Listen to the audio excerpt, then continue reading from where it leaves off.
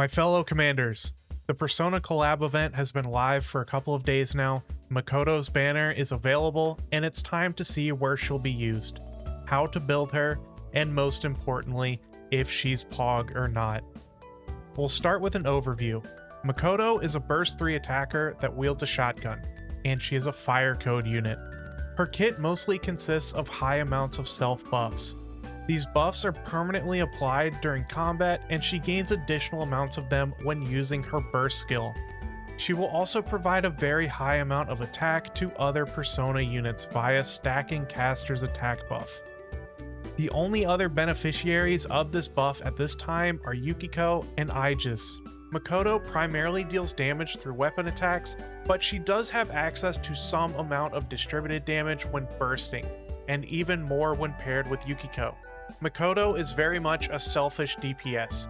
She provides no utility to the team, aside from the aforementioned Caster's attack buff to other Persona units.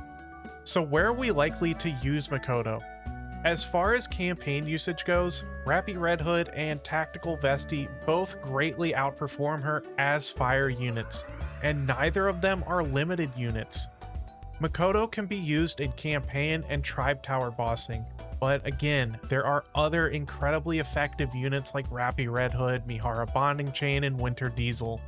And since Makoto's only relevant damage for mobbing is an unimpressive amount of distributed damage that triggers during burst, she'll be restricted to bossing or low to medium deficit campaign usage, where we've established there's already better units that can be used. The best use case for Makoto will be for Fire Week solo raid.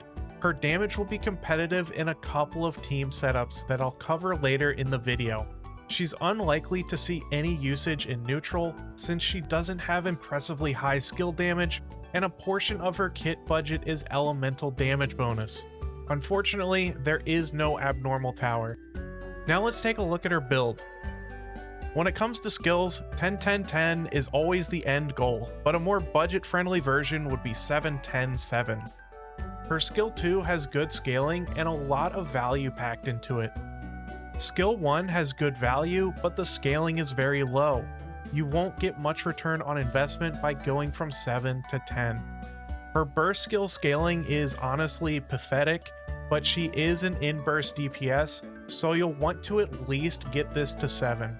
For overload lines, you'll have a couple of things to consider. Makoto works best in 2 different teams, and if you know anything about solo raid, you know about the Tove shotgun team. So if you're not planning to use Makoto in the shotgun team, then you'll want to go with the standard 4x elemental damage and attack. Any extra filler lines you can get are always welcome. If you're planning on using her in the shotgun team, then you'll want to get a lot of ammo, and you can afford to sacrifice some attack lines for it if you're not interested in going past 8 lines.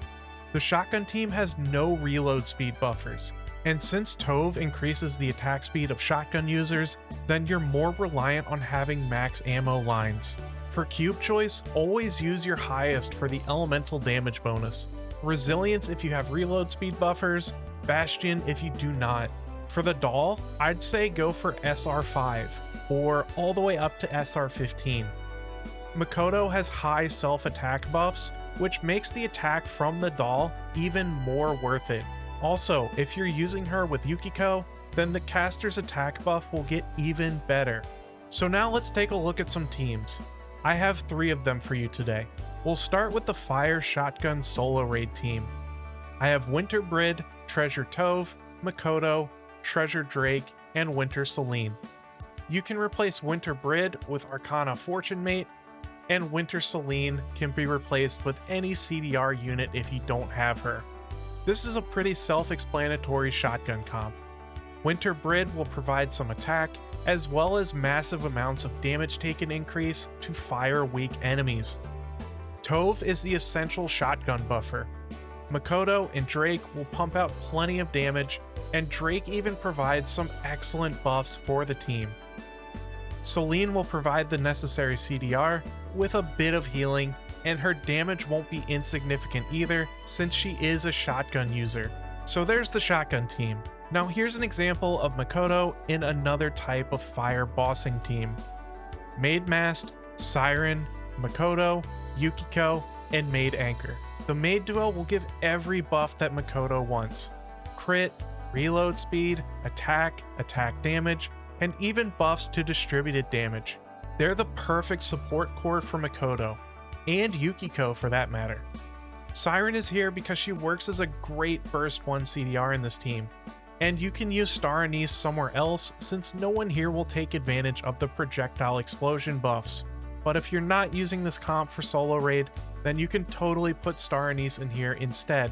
Yukiko's kit is very similar to Makoto's, so she'll benefit just as much from the Maid duo, and we get the added benefit of the 2 persona units buffing each other. Finally, if you are someone that does want to use the persona units in a campaign composition, then I've put together something for just that reason. Crown, Siren, Makoto, Yukiko, and Treasure Privity. Crown is here for obvious reasons: shielding, damage buffs, reload speed.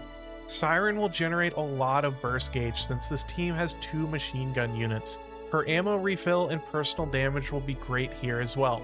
Makoto and Yukiko synergize, and between the 2 of them, their distributed damage should be enough to deal with mobs at a low to medium deficit. Yukiko also has some persistent healing in her kit, so that will trigger Crown's attack damage buff. Treasure Privity is a great off-burst for a lot of teams, providing extra buffs, which includes the all-important reload speed. Her screen-wide stun can also come in clutch for emergency situations. So there's some teams you can use her with. Which leads us to the verdict. Is Makoto Pog or not? Unfortunately, while I do think Makoto is a decent unit, I don't think she's very Pog. Let's look at the pros first. She is a high damage fire code shotgun unit, which means she's competitive for the relevant solo raids. She has a ton of high value self buffs, which means that you can get away with some cheaper investment budgets into her gear. And finally, she provides a massive attack buff to other persona units. At level 10, it caps out at around 105% of Makoto's attack. So now let's take a look at the cons. For campaign, shotgun units have a lot of disadvantages, mostly the tremendous amount of damage fall off when enemies are outside of close range. When you couple that with Makoto's only tool for dealing with mobs is distributed damage that she only has access to during burst, you get a unit that's rather unimpressive for campaign. When it comes to fire code units, the roster is already pretty stacked. Rappy Red Hood, Tactical Vesti, and Mihara Bonding Chain are all really strong fire code units that are not limited units. Winter Diesel is also a great firebossing unit, and while she is a winter limited unit, she will rerun, but it is unlikely that Makoto will ever rerun. And those really nice attack buffs that Makoto provides, well, as of right now, they're only useful for Yukiko. And both Makoto and Yukiko are limited collab units.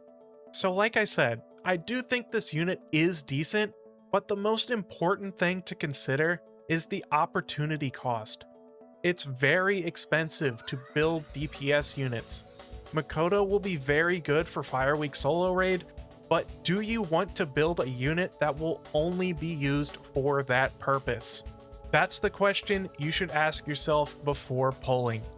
Anyways guys, Yukiko's video will be coming next week, so look forward to that. Please like and subscribe if you enjoy my content. Thank you so much for watching, and I will see you next time. Bye!